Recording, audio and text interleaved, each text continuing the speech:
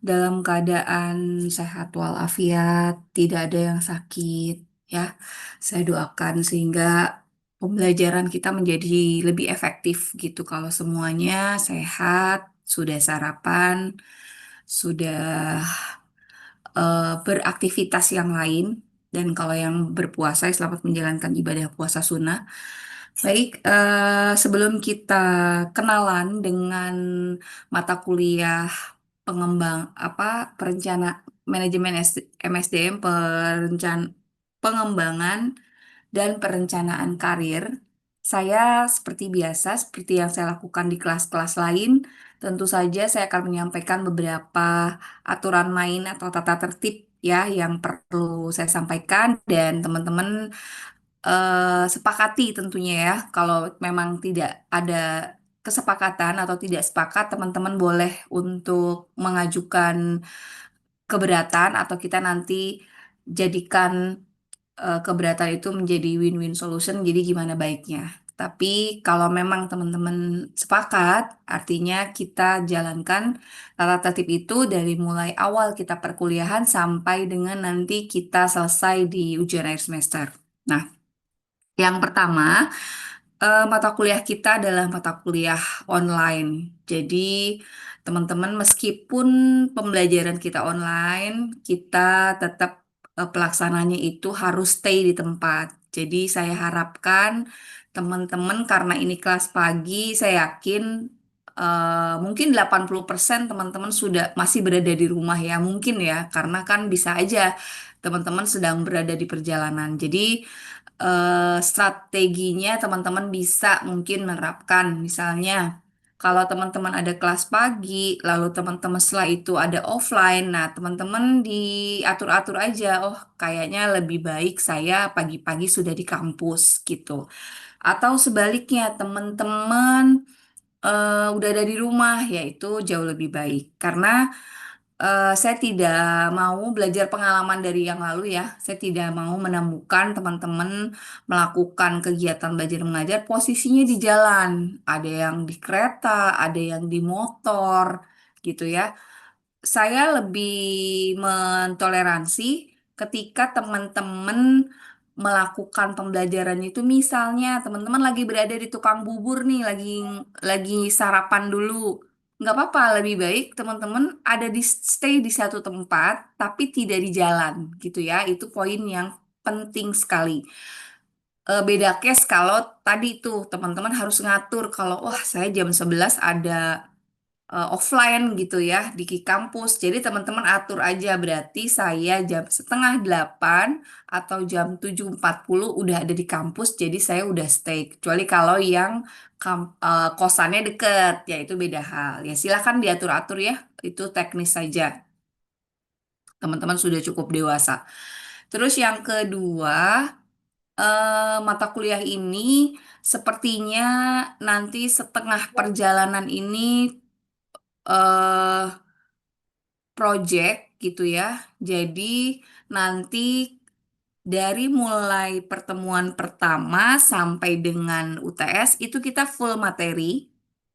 Nah, nanti setelah itu, setelah UTS sampai dengan UAS kita project.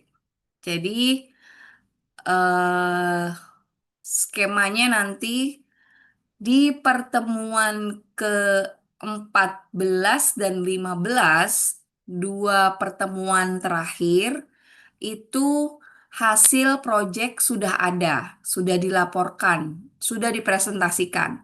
Jadi pada saat UAS, teman-teman hanya tinggal mengumpulkan makalahnya saja, mengumpulkan laporan hasil proyeknya. Nah, proyeknya seperti apa? Nanti akan saya informasikan, mungkin bisa di pertemuan selanjutnya, gitu.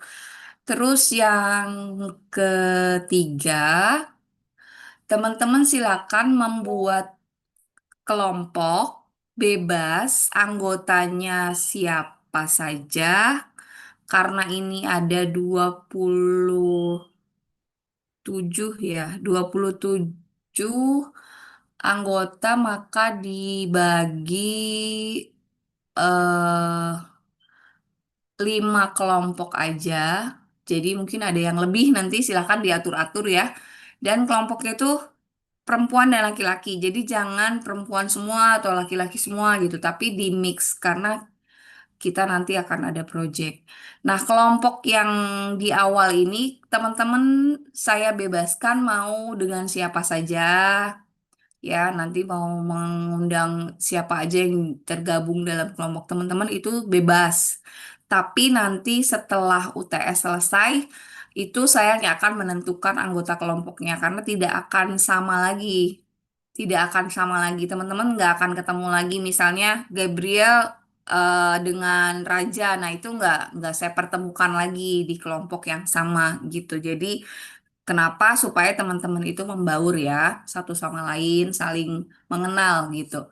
Dan jadi kalian tuh belajar untuk berinteraksi kembali, walaupun mungkin memang udah kenal gitu, tapi mungkin kan chemistry untuk kerja kelompoknya pasti akan berbeda. Oh, saya biasanya sama si A, saya biasa sama ini. Nah, saya ingin menghilangkan stigma seperti itu. Nah, kemudian selanjutnya untuk itu tadi ya, project sudah.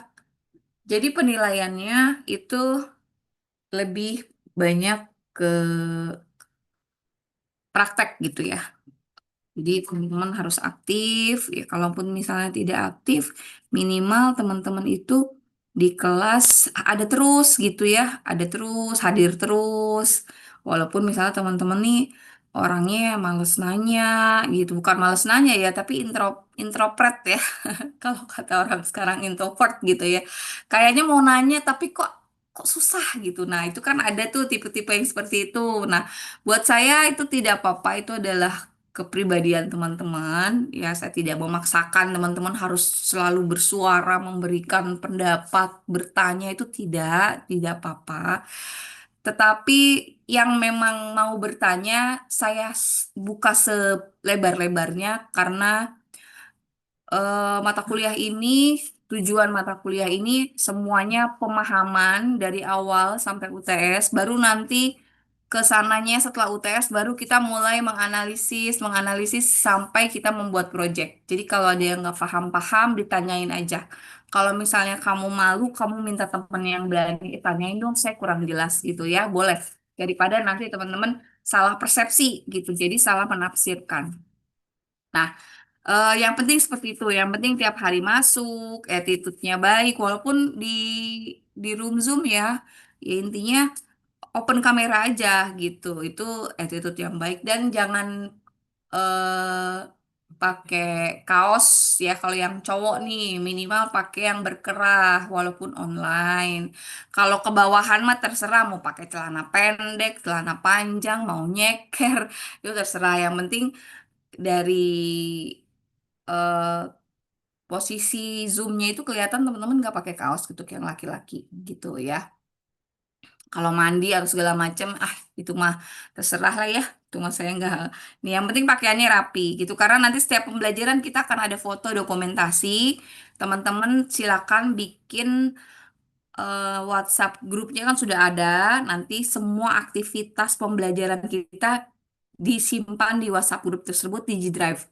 Jadi nanti di G Drive itu satu folder foto-foto kegiatan kita secara online, kedua itu foto-foto tugas, ya tugas-tugas tuh apa aja ditaruh di situ, dan satu folder lagi khusus untuk UTS dan UAS, karena nanti setelah UTS itu progresnya dilaporkan di folder. Jadi kita tidak ada pertemuan setelah UTS teman-teman. Nanti pertemuannya itu adanya di 14-15 ya. Teman-teman mah fokus aja ngegarap project gitu ya. Paham ya? Ini disimak baik-baik kalau ada yang belum mengerti atau minta ulang boleh.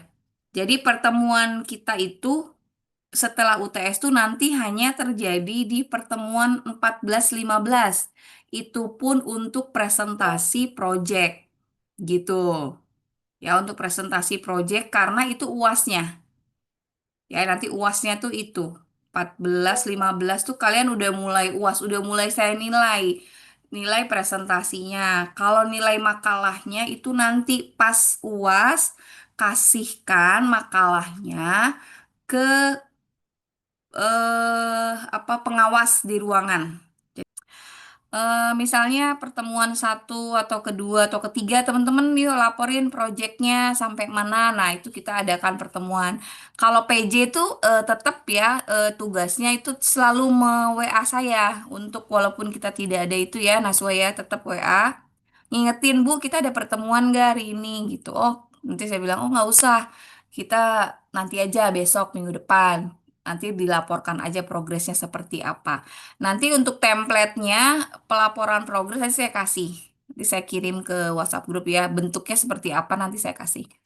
Nah, seperti itu paling teman-teman.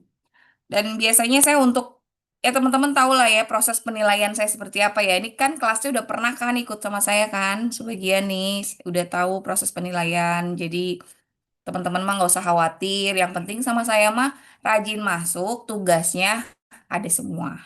Kalau saya mah, kalau yang rajin masuk gitu ya, terus aktif di setiap tugas, ada terus, ya saya mah haram ngasih nilai B gitu ya.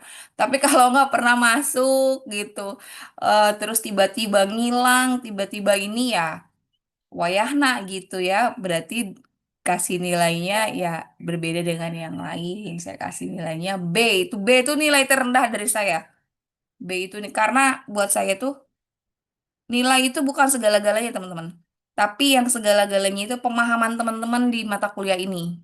Ya, karena mata kuliah inilah, pemahaman mata kuliah ini yang akan nanti membawa teman-teman ke ya dunia kerja, lingkungan masyarakat gitu. Teman-teman jadi paham bagaimana merencanakan karir untuk diri sendiri, bagaimana untuk mengembangkan sebuah organisasi. Nah, itu dari mata kuliah ini. Jadi, kita harus mulai ke situ. Tapi itu saya ya jangan disamakan dengan dosen yang lain gitu. Itu saya cara cara kerjanya saya seperti itu dan teman-teman udah tahu lah.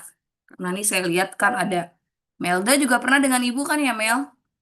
Melda, Najwa. Benar Ibu, Iya, sudah pernah. makanya ini kan wajah-wajahnya kan wajah tua Zia ini ya. Wajah-wajah yang pernah saya kenal gitu. Jadi sudah bisa tahu bagaimana cara saya di menilai teman-teman. Oke, mungkin itu aja yang bisa saya sampaikan tata tertib dalam kelas sebelum kita kenalan ke mata kuliah. Oh iya, dan yang terakhir, walaupun kita nih misalnya jadwalnya sampai jam 11 nih, kalau saya kan teman-teman tahu, kalau materi udah selesai, teman-teman udah paham, tidak ada yang bertanya ataupun selesai yang bertanya, sebelum jam 11 kita bisa akhiri mata kuliah ini gitu daripada tidak kondusif. Jadi makanya saya harapkan teman-teman kalau ada pertanyaan yang tidak dipahami atau memang siap Bu sudah paham karena mungkin awal-awal itu nggak apa-apa ya keterbukaan aja nggak usah takut nggak usah malu nggak usah takut salah terus kalau misal pertanyaannya salah terus ngaruh gitu ke apa gitu nggak ya jadi mendingan teman-teman bertanya aja gitu karena memang memahami harus memahami ya harus memahami. Terus kenapa saya belikan toleransi 10 menit walaupun ini online? Karena saya pinginnya teman-teman 10 menit itu kalau bisa udah hadir semua, jadi saya tinggal masuk. Terus saya mentoleransi kadang-kadang sinyal kan jelek ya teman-teman ya. Kadang-kadang kan luklep. Nah nanti 10 menit itu kalian efektifkan lah tuh. Aduh ini di rumah oh sinyalnya jelek ya, cobalah numpang ke kosan temen, siapa tahu nih kencang sinyalnya. Nah, saya tuh memberikan ruang-ruang itu. Atau misalnya di rumah mati lampu, misalnya teman-teman mau ke tetangganya atau misal ke neneknya yang rumahnya deket, boleh. Atau misalnya konfirmasi aja di kelas, di chat. Bu, saya mati lampu, Bu, gitu. Jadi saya tidak bisa on cam, nggak apa-apa. Terus yang on cam pada saat presentasi itu seperti biasa itu hanya kelompok yang presentasi. Kalau yang lain boleh off cam supaya jaringannya tetap stabil. Kadang-kadang kalau on cam semua kan juga jaringan kurang baik gitu. Jadi yang presentasi nanti yang on cam, jadi yang lain off cam. Oke, ada pertanyaan sampai sini? Cukup ya, semoga sudah dicatat ya Najwa terutama untuk PJ-nya yang tadi udah dicatat semua. Jadi kalau kelompok silahkan sebebas-bebas kalian mau merekrut siapa, tapi nanti setelah UTS baru kita rombak. Nah, baik sekarang kita mulai untuk berkenalan dengan mata kuliah kita ini, manajemen perencanaan dan pengembangan karir. Nah, mungkin kalau istilah karir gitu teman-teman udah biasa ya dengar. Nah, jadi tujuan dari pembelajaran ini apa sih gitu ya? Tujuan pembelajaran ini sebetulnya untuk menjadi tuntunan teman-teman untuk mencapai masa depan. Kita tuh mau mau kemana? Masa depan saya itu mau kemana sih? Mau jadi apa? Itu satu. Karena perencanaan karir itu melekat kepada individu. Tapi kalau pengembangan karir itu tugasnya organisasi. Ya, kalau mengembangkan itu organisasi. Misalnya saya seorang manajer, saya seorang founder, juga CEO gitu dalam salah satu perusahaan. Saya punya karyawan banyak. Nah, karyawan saya ini perlu dikembangkan karirnya oleh saya. Tetapi pengembangan karir karyawan itu kalau si karyawannya tidak punya planning, tidak punya target, saya mau jadi apa, saya harus gimana, ya nggak bisa juga perusahaan membidik karyawan itu karena karyawannya cuma datang pulang gitu. Nggak ada progres pencapaian yang lebih gitu dari bulan ke bulan, tahun ke tahun begitu aja. Jadi perusahaan bagaimana nih mau mengembangkan karir si karyawannya? Nah, kira-kira seperti itu konsep dasarnya ya. Kita pahamin dulu kira-kira seperti itu. Kita lanjut. Nah, jadi karir itu bukan cuma sekedar pekerjaan, pulang, terus nanti besok masuk lagi. Cuman gitu aja ya. Seperti teman-teman nih, kuliah datang pulang. Nggak cuman begitu, tapi teman-teman harus punya perencanaan. Saya tuh kuliah, berangkat jam sekian, pulang jam sekian, terus cita-cita saya tuh apa gitu ya. Terus saya setelah itu, maaf, saya tuh setelah itu mau ngapain? Apakah saya belajar? Apakah saya ngafe? Apakah saya tidur? Nah, itu kan rutinitas harian. Setelah tidur, bangun, nanti saya baru melakukan aktivitas misalnya mengerjakan tugas dan lain-lain. Jadi, karir tuh bukan seperti itu gitu. Tapi karir itu adalah perjalanan yang panjang, fokus pada pertumbuhan identitas dan keahlian. Kalau yang kiri ini, yang abu-abu ini, itu rutinitas kita biasa sehari-hari. Tapi kalau karir itu teman-teman lebih fokus untuk masa depan. Jadi teman-teman harus bisa memilah, harus bisa men-split. Teman-teman nih harus punya arah tujuan karena ini udah semester 5 nih. Mau kemana nih saya? Mau jadi apa saya gitu. Cukuplah main-mainnya di semester 1 sampai 4 lah. Sekarang saya mau fokus nih ke karir. Saya udah kenal belum ya dengan diri saya? Saya tuh siapa sih? Gio tuh siapa sih Gio gitu. Nah, kamu udah kenal belum sama diri kamu? Kamu kenal orang lain. Si A tuh begini, si B tuh begini, Imelda tuh orangnya gini. Najwa orangnya kayak gini gitu ya. Fitri tuh kayak gini, tapi kamu ketika kamu tanya pada diri kamu sendiri, saya siapa ya? Gitu, bingung kadang-kadang. Ya nggak sih? Saya tuh siapa sih gitu? Artinya bukan saya anak siapa ya, bukan. Tapi saya ini siapa gitu. Saya bisa apa saya gitu. Dan saya mau jadi apa nih? Nah, teman-teman udah mulai harus berpikir nih di semester 5 ini. Teman-teman harus bisa memetakan karir teman-teman sendiri. Jangan terlalu asik gitu dengan dunia sendiri. Seperti itu ya. Terus rangkaian pengalaman-pengalaman yang dulu, yang waktu SMA, yang mungkin teman-teman ya masa SMA kan masa senang-senang, udah cukup lah dari SMP, SMA tuh berapa tahun? 6 tahun. Belum lagi semester 1 sampai ke semester 4 tuh udah 8 tahun, udah cukup lah ya senang-senangnya gitu. Kita mulai fokus yuk ke masa depan gitu. Jadi kan pasti ujung-ujungnya misalnya mah ada yang mau menikah atau apa, tapi kan kita pingin dong gitu ijazah kita, pendidikan kita tuh kita pakai dulu nih buat menghasilkan sesuatu, minimal kita bisa memberikan sesuatu ke orang tua, atau misalnya orang tua tidak meminta ya kita menyenangkan diri sendiri minimal gitu kan, memanjakan diri sendiri dari hasil kerja keras.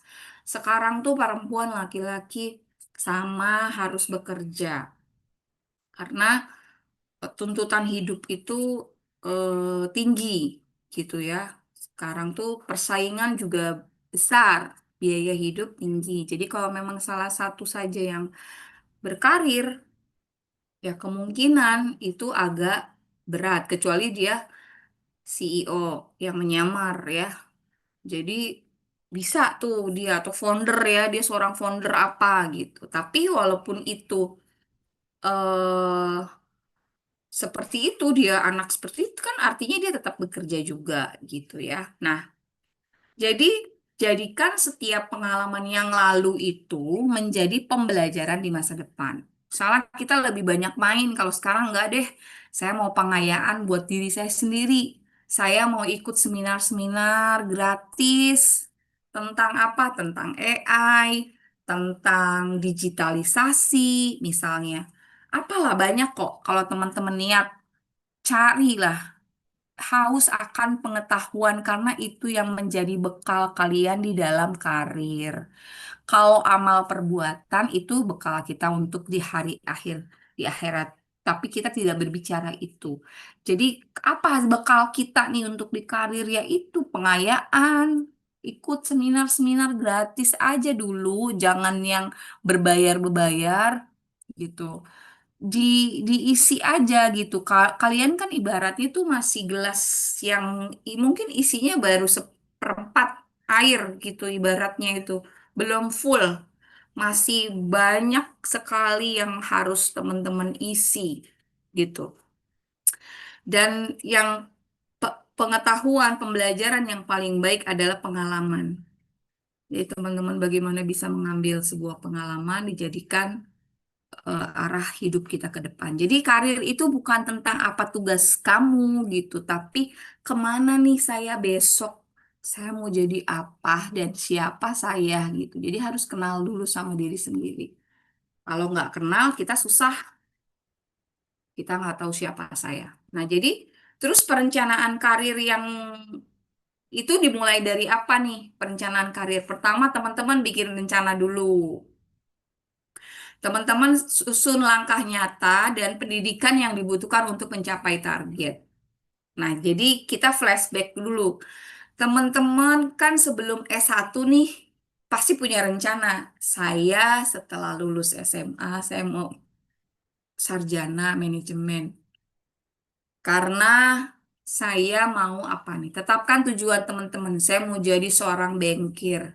Saya mau jadi seorang entrepreneur. Saya mau jadi seorang perwira karir. Misalnya ya, yang mau masuk militer. Saya mau menjadi seorang konsultan. Saya mau jadi seorang apa aja tulis. Lalu kenali diri. Setelah teman-teman membuat rencana dan menetapkan tujuan, teman-teman identifikasi minat saya tuh apa ya? Oh, minat saya ini.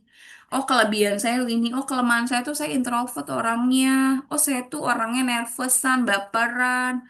Tapi kelebihan saya tuh teliti dalam bekerja, saya tuh jujur, nggak bisa bohong, misalnya gitu. Saya tuh orangnya juga walaupun introvert, saya tegas, saya punya idealisme yang tinggi, gitu ya. Dan nilai personal, misalnya apa? Oh, saya orang yang sangat menjunjung tinggi nilai-nilai moral. Saya sangat suka bekerja sama dengan tim. Saya tidak suka melihat kekerasan dan lain sebagainya. Ketika itu semua dibikin, tiga ini, dan kenapa saya menggambarkan seperti kompas, karena ini kita mulai mau kemana nih? Nah, disitulah kita mulai menyadarkan diri kita, kita ini siapa. Ketika kita sudah kenal diri, sudah tetapkan tujuan, sudah buat rencana, kita lihat lagi, oh target tujuan saya jadi polisi karir. Tapi saya introvert. Gimana ya? Atau saya misalnya seorang konsultan. Konsultan itu kan selalu bertemu dengan orang-orang. Tapi saya introvert. Kalian coret lagi. Oh berarti saya kayaknya nggak cocok nih jadi konsultan. Saya cocoknya mungkin jadi seorang apa ya? Misalnya boleh sih konsultan, tapi konsultan yang dia tidak terlalu ramai ketemu, tidak terlalu intens ketemu orang-orang. Atau teman-teman lebih suka bekerja di belakang meja gitu ya, jadi analis. Nah, itu cocok untuk orang-orang introvert karena orang analis itu bekerjanya di belakang layar. Dia tidak ketemu dengan orang-orang. Nah, seperti itu teman-teman. Jadi nanti teman-teman akan menemukan, oh saya tuh cocoknya di sini. Oh, saya kok lebih ke ini ya, seneng apa namanya sosial, senang interaksi dengan orang, oh kayaknya saya cocok deh jadi marketing karena saya punya visi. Di kepala saya ini ide-ide tuh banyak banget. Oh, kayaknya saya cocok nih jadi marketing di sebuah perusahaan. Saya bisa membuat arah perusahaan ini menjadi lebih maju karena ide-ide saya tuh suka ngalir tiba-tiba gitu. Nah, teman-teman petakan, saya cocok menjadi seorang marketing. Marketing tuh bukan sales ya. Kalau sales tuh orang yang menjualkan produk. Kalau marketing tuh yang membuat strategi marketing. Bagaimana supaya perusahaan ini bisa menyesuaikan dengan kondisi saat ini, kondisi zaman saat ini. Itu seorang marketing, beda dengan sales. Nah, seperti itu. eh dan ini sangat menguntungkan teman-teman kalau teman-teman bisa mulai memetakan hal-hal seperti ini ya, rencana, tujuan, dan teman-teman udah kenal diri teman-teman sendiri. Nah, itu perencanaan karir ya, kita sudah pahami. Mudah-mudahan insya Allah teman-teman sudah paham. Lanjut kita ke pengembangan karir. Pengembangan karir itu adalah sebuah jalan. Makanya kenapa saya gambar ini kayak jalan layang. Jadi ini adalah jalan yang memang sengaja dibuat, dirancang untuk mengembangkan karir karyawan yang memiliki bakat atau skill yang melebihi ekspektasi. Jadi ada kan kalau seorang leader tuh mengamati karyawannya, oh ini si siapa nih misalnya Najwa nih kayaknya ada perkembangan nih. Terus dia nih juga kayaknya apa perubahannya cukup signifikan nih dari mulai masuk sampai sekarang. Itu dilakukan pengamatan. Jadi dia mulai melihat talent-talent di organisasinya yang bisa dipromosikan. Jadi perusahaan itu mempunyai hak, mempunyai kewajiban untuk memberikan peluang di dalam organisasinya atau perusahaannya dengan cara rotasi dan promosi. Jadi dia yang tadinya di bagian HR dipindahkan ke bagian HR juga, tapi memegang bagian lain. Misalnya tadinya megang jam sostek, pindahkan, dicoba nih, kayaknya anaknya cepet nalarnya nih, pindahkan nanti ke bagian payroll misalnya. Terus nanti siapa lagi, pindahkan lagi. Nah, itu adalah pengembangan karir yang dilakukan oleh organisasi. Promosi juga, oh ketika ada seorang leader yang resign, terus Nisa nih bagus, orangnya tuh punya jiwa kepemimpinan. Jadi Nisa yang menggantikan si leader yang keluar, itu dia promosi namanya. Itu tugasnya organisasi dalam mengembangkan karir. Tentunya pengembangan karir itu akan terwujud kalau kitanya merencanakan karir dengan selalu bertransformasi menjadi karyawan yang lebih baik. Bener nggak? Kalau kitanya diem aja nggak punya Iya cuman datang pulang datang. Ya udah kan aku kerjanya cuma payroll. Ya udah aku ngerjain payroll aja udah gitu aja. Pokoknya jam 5 balik. Jam 5 balik. Nah itu dipastikan kamu nggak akan dilirik sama pimpinan. Kamu karyawan yang baik, tapi kamu nggak punya progres ke depan. Karena kamu ya udah di zona nyaman aja gitu. Tapi kalau teman-teman udah selesai nih pekerjaan, terus dia langsung ke pimpinan. Bukan cari muka ya, tapi memang Pak, ini pekerjaan saya sudah selesai, apa ada yang bisa saya bantu lagi? Nah, itu yang disukai seorang leader.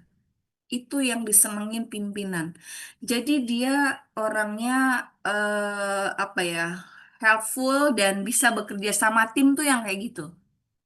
Misalnya jam kerja 8 jam, pekerjaan kamu udah selesai di 4 jam. 4 jam lagi kan nggak mungkin diem. Lapor aja ke pimpinan, ke leader.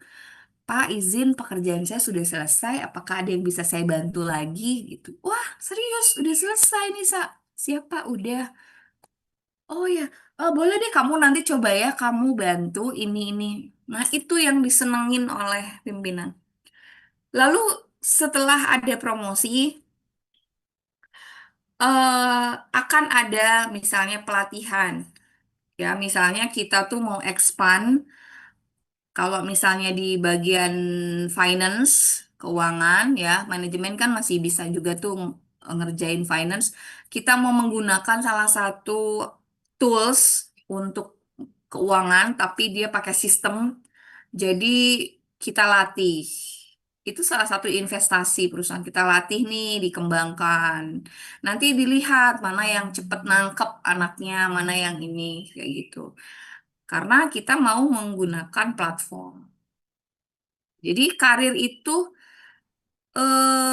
development itu proses dari sisi perusahaannya. Tujuannya memastikan perusahaan itu selalu memiliki talenta yang saat dibutuhkan. Jadi nggak usah hire dari luar, nggak usah ngambil pegawai dari luar, cukup dari dalam aja kita udah kaya kok gitu. Dalam tanda kutip karyawan saya itu bagus-bagus kok. Nah itu tergantung dari treatment si organisasi tersebut, si leader tersebut gitu. Jadi kalau perencanaan karir itu siapa yang menggerakkan ya kita ya. Kita tuh mau mau gimana? Apa mau gini-gini aja, mau tetap terus, nggak mau naik jadi leader, supervisor, terus manager, apa ya itu kita. Terus pengembangan karir ya organisasi HRD dan manajemen.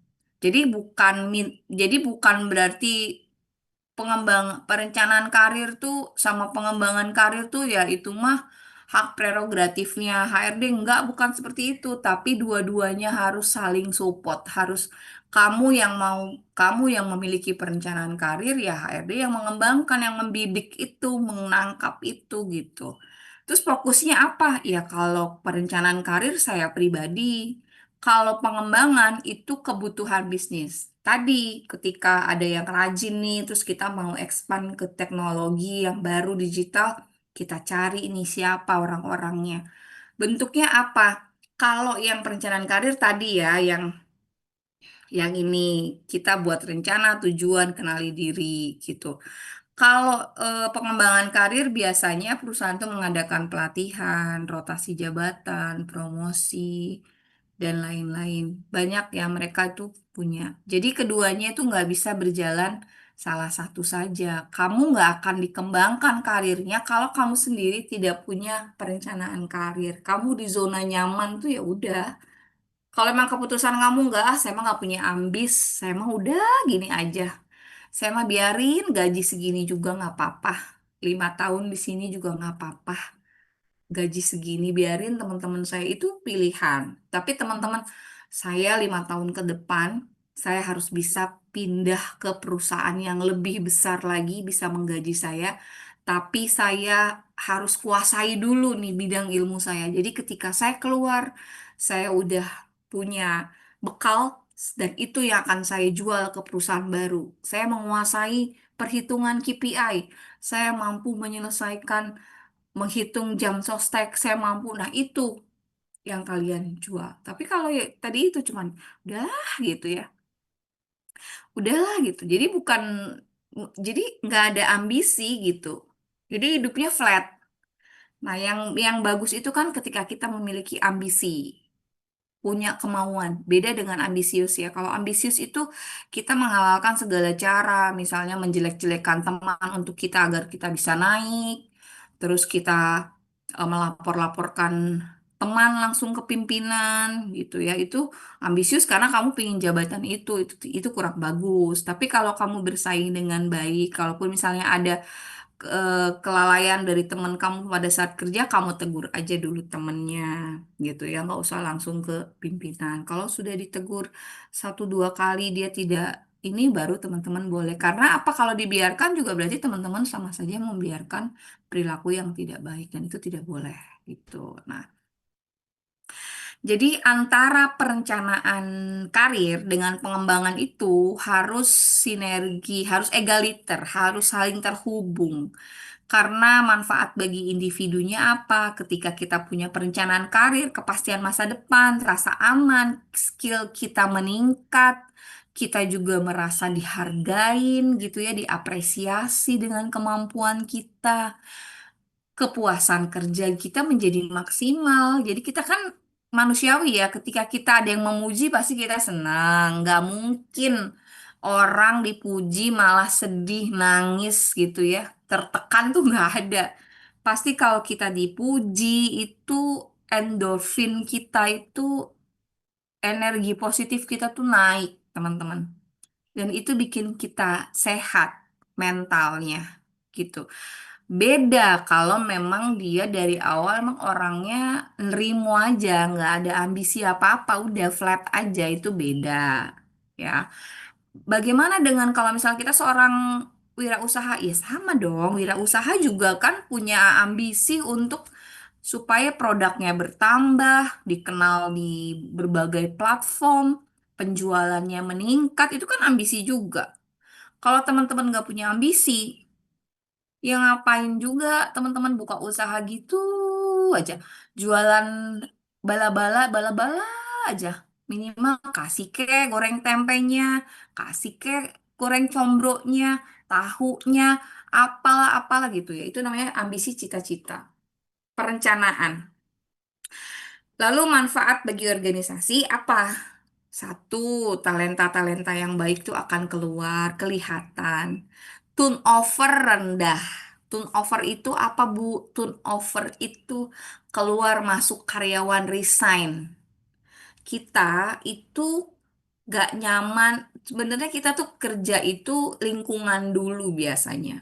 Kalau lingkungan gak nyaman, kita nggak betah. Tapi kalau walaupun misalnya gajinya nggak terlalu besar, cukup lah gitu. Tapi suasananya nyaman, jenjang karirnya ada, saya yakin teman-teman pasti betah. Tapi kalau lingkungannya nggak nyaman, nggak ada jenjang karir, tapi kita di-push terus, target-target gitu kan, itu pasti nggak nyaman dan itu membuat karyawannya tuh stres, burn out, ujung-ujungnya burn out tuh bebannya tuh jadi berlebih dan sehingga nanti berimbas kepada kehidupan teman-teman pribadi di keluarga. Ya nanti keganggu tuh work-life balance-nya, kehidupan rumah tangga, kehidupan di keluarga, di kehidupan perusahaan, budaya perusahaan yang nggak sehat dibawa ke rumah. Nah, itu work-life balance-nya hancur-hancuran. Itu dampaknya sistemik. Jadi, yang selanjutnya, menciptakan calon pemimpin dari dalam. Succession readiness. Jadi, perusahaan itu lebih hemat. Karena kalau hire dari luar, ngambil pegawai dari luar, mereka pasti ada proses nego, mereka pasti minta dibayar mahal, karena yang tadi itu kalau kita udah punya skill nih, kita bisa menjual loh. Saya tuh kemampuan ini. Jadi kita bisa nego. Tapi kalau kita keluar, terus kita nggak punya skill up, apa yang mau dijual gitu? Yang lain juga banyak, yang dari dalam juga banyak. Kelebihan kamu apa gitu kan ibaratnya. Nah, tapi kalau dari dalamnya udah tersedia, enak, tinggal promosi aja gitu, taik-taikin aja nih jadi supervisor nih jadi ini. Mereka lebih efisien, efektif dan mereka sudah paham budaya di dalam. Jadi si perusahaan tuh tidak usah memberikan lagi pelatihan, nggak usah lagi ngasih workshop dan lain sebagainya, nggak usah lagi perkenalan budaya lagi, budaya perusahaannya karena udah dari dalam.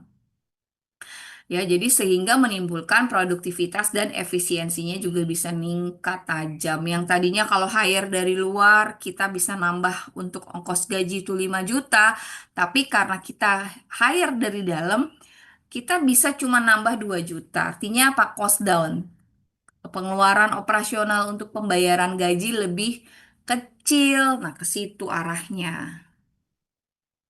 Lalu, nah ini yang tadi saya bilang, perencanaan karir dan pengembangan SDM. Perencanaan karir tuh mau urusan HRD, itu salah ya, mitos itu. Jadi yang benar adalah bersama-sama. Jadi HRD tidak akan melihat kita kalau kitanya tidak punya skill up. Ya, terus ada juga yang mitos bilang pengembangan karir itu kalau promosi enggak juga. Rotasi itu juga termasuk dalam pengembangan karir, teman-teman. Misalnya tadi saya bilang, misalnya si Rahma itu di bagian apa nih? Dia di bagian produksinya, bagian X gitu. Di bagian produksi itu kan banyak, ada bagian-bagian lain ya. Udah pindahin deh Rahma karena bagus dipindahin ke purchasing misalnya gitu. Atau dia malah lompat dari produksi dia bisa ke bagian quality control. Nah, itu kan loncatan yang luar biasa, pindahin itu termasuk pengembangan karir itu. Jadi bukan promosi aja ya, pengembangan karir itu bukan termasuk pengayaan tugas yang tadi. Misalnya di Rahma nih bagus di produksi orang QC ada yang resign, pindahin ke QC nih, bagus nih Rahma pindahin. Itu termasuk promosi juga, artinya pengembangan karir juga gitu, pergerakan horizontal apa rotasi divisi per unit itu juga termasuk pengembangan karir. Jadi bukan cuma promosi aja enggak ya. Nah, jadi prinsip dasarnya ada tiga, ada 5. Yang pertama itu pengembangan karir itu harus berdasarkan keadilan dan objektivitas. Jadi semua karyawan memiliki kesempatan yang sama, penilaiannya itu pada kinerja dan data, bukan kedekatan personal. Ya, bukan karena dia itu ponakannya manajer, dia tuh anaknya CEO, ya. Ini tugasnya HRD ini agak berat memang. Karena seorang HRD itu harus bisa meyakinkan direktur kalau misalnya mau meng-hire orang dan dia harus pakai data. Saya mau mempromosikan Gio. Gio ini kayak gimana orangnya? Oh begini, begini, begini. Mana buktinya ini? Nah, seperti itu. Jadi bukan karena kedekatan personal, karena ini membawa visi dan misi perusahaan ke depan. Kalau kita tidak menempatkan orang di tempat yang tepat, itu ke depannya akan ada masalah lah gitu ya. Lalu organisasi itu bertugas menyediakan infrastruktur. Jadi ketika kita eh, ingin si karyawan tuh targetnya sekian-sekian, tapi kita nggak difasilitasi, sama aja bohong. Jadi dasar pengembangan karir adalah tanggung jawab bersama. Perusahaan juga harus mendukung gitu. Tadi kan misalnya pengadaan program ya, program e-learning lah misalnya atau e-digital atau apalah gitu ya, sistem keuangan dan lain sebagainya gitu. Jadi yang selanjutnya, transparansi, syarat, kriteria, jalur itu harus bisa dibuka seluruh akses. Nggak ada yang boleh sembunyi-sembunyiin.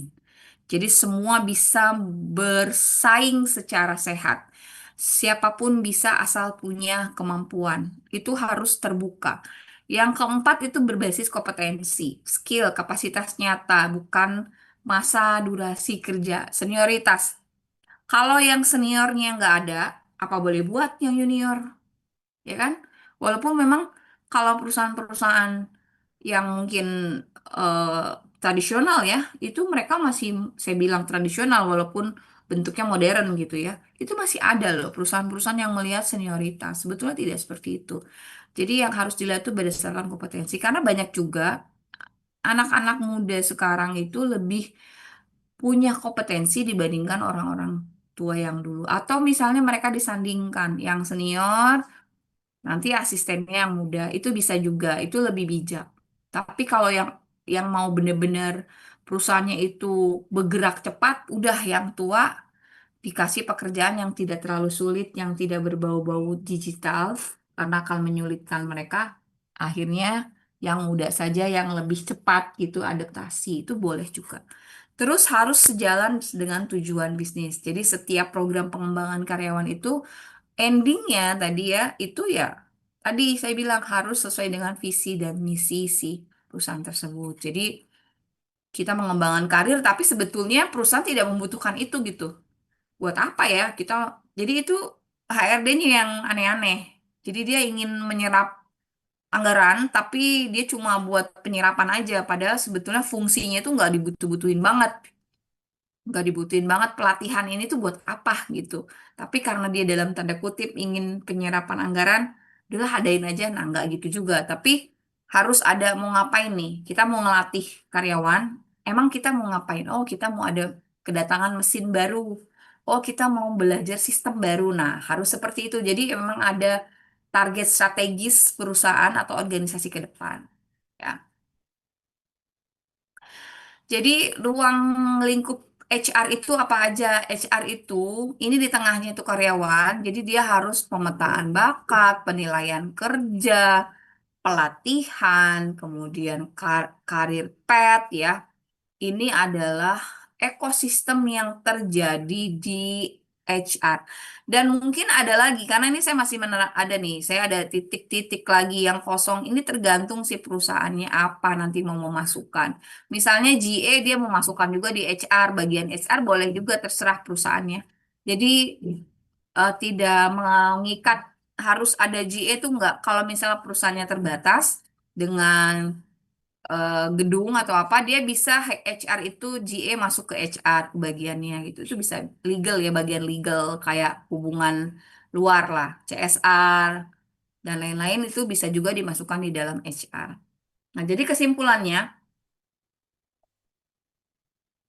career planning atau ambisi dan rencana individu juga kebutuhan dan sistem organisasi atau career development ini irisan saling beririsan.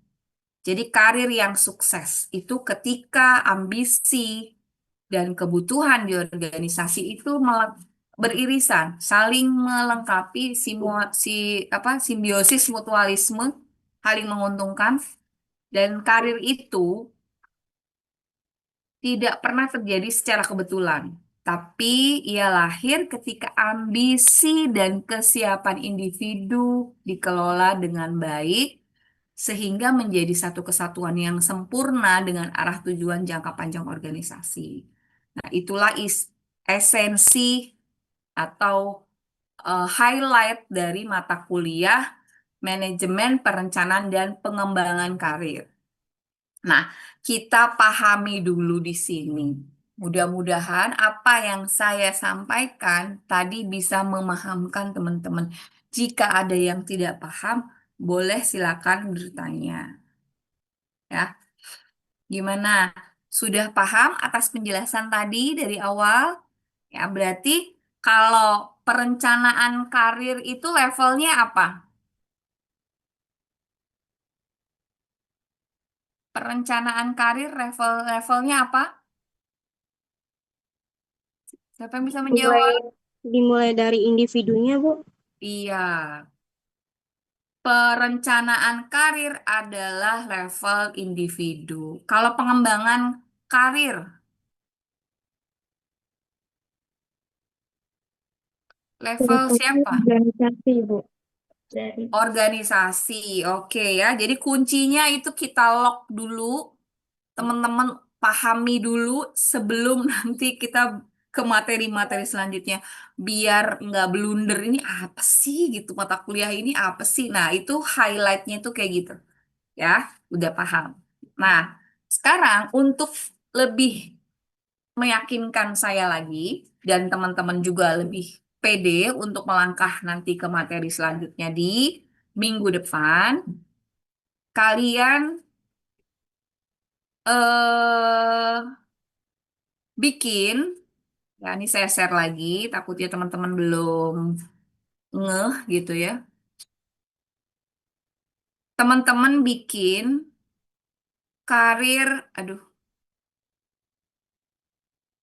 karir perencanaan karir pribadi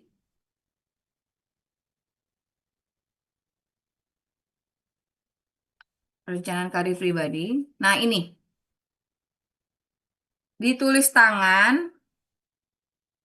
Ini petanya seperti ini aja. Jadi buat rencana, tetapkan tujuan, kenali diri. Ya, nanti ini tugasnya individu. Ditulis tangan di kertas folio, dikumpulkannya minggu depan, ditaruh di G Drive, semuanya di situ.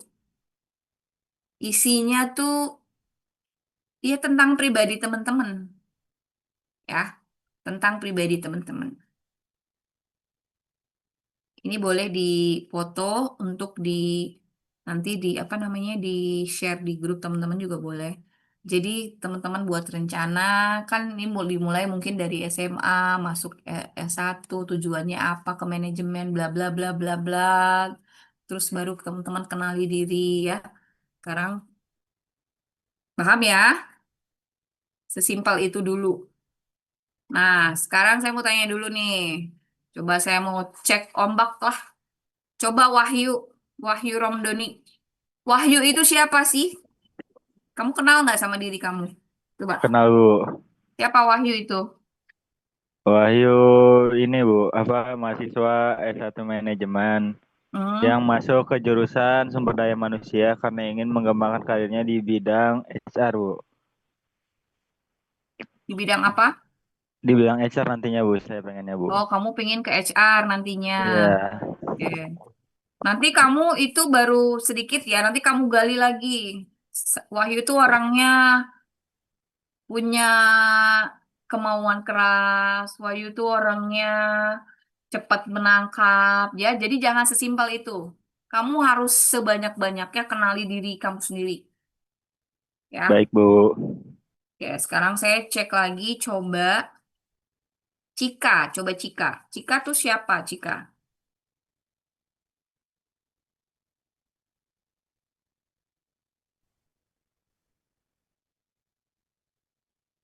eh saya mahasiswa manajemen Unsika Bu eh, yang ingin berfokus karirnya di eh, khususnya di luar negeri di bagian HR-nya Bu. Oke. Ini baru ini ya, nggak apa-apa. Mungkin teman-teman malu, tapi nanti di tugas individu, teman-teman harus detail ya. Saya ingin tahu sejauh mana sih teman-teman nanti biar ibu bisa mengarahkan gitu. Nanti masa depan kamu tuh mau dibawa kemana gitu. Jangan nanti setelah lulus bingung nih mau kemana gitu. Nanti silakan sedetail-detailnya. Saya misalnya Melda itu saya anak pertama dari tiga bersaudara. Ayah saya adalah seorang ini, ibu saya ini eh saya memiliki karakter ini. Saya sekolah di SMA ini dan saya jadi harus terstruktur ya, sistematis dari mulai keluarga, lalu SMA-nya di mana. Nah, saya masuk SMA ini tahun ini dan saya memutuskan untuk masuk S1 manajemen karena saya ingin bercita-cita menjadi itu kan di poin 2 tuh. Poin 2 misalnya mau jadi apa-apa-apa-apa, baru nanti saya memiliki karakter saya senang bersosialisasi, saya suka membaca, saya juga orangnya punya kemauan keras, dan lain-lain. Nanti kita lihat dari tiga itu, cocok nggak nih? Jadi misalnya Melda pinginnya jadi konsultan atau pengen jadi entrepreneur, cocok nggak ya? Ada nggak ya jiwa-jiwa pemberani? Wah, ini kayaknya kurang cocok. Kalau kurang cocok bukan berarti nggak jadi jadi entrepreneurnya, jadi pengusahanya bukan begitu. Tapi kita yang harus putar haluan gimana caranya karena Melda pengen tetap jadi itu. Jadi kalian tinggal berusaha bagaimana caranya supaya saya bisa menjadi itu. Oh, berarti sifat saya yang pemalu saya hilangkan. Saya harus menjadi orang yang berani. Sifat saya yang mudah menyerah, itu saya harus kikis sedikit-sedikit. Nah, seperti itu. Intinya, esensinya itu ke situ, supaya teman-teman tidak tersesat, ya. Oke, dari situ bisa dipahami ya tugas individunya ya. Nanti dikumpulkan. Baik, teman-teman. eh Ada yang bertanya? Sudah cukup, Ibu. Cukup ya. Baik, kalau cukup silakan Wak di foto Wak buat dokumentasi dan kasih tanggal.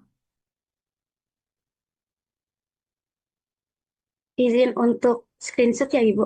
Ya, silakan.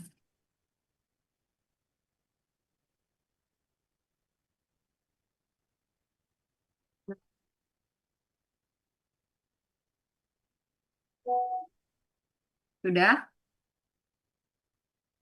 Belum, Ibu. 2 slide lagi. Najwa mah nggak ngasih aba-aba ya guys. Oh Kan iya, biar boleh pada gaya. pengen pengen bergaya kali kan si Rahma atau si Gabriel pengen gaya kali. Ulang lagi kalau kayak gitu. Ayo guys, slide pertama boleh gaya. Mukanya kelihatan dong Dini, Dini matanya doang.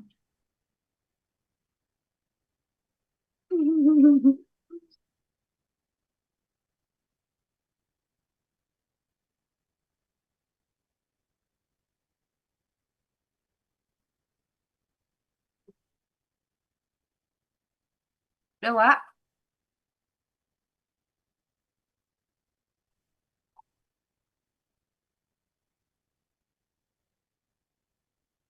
Udah belum?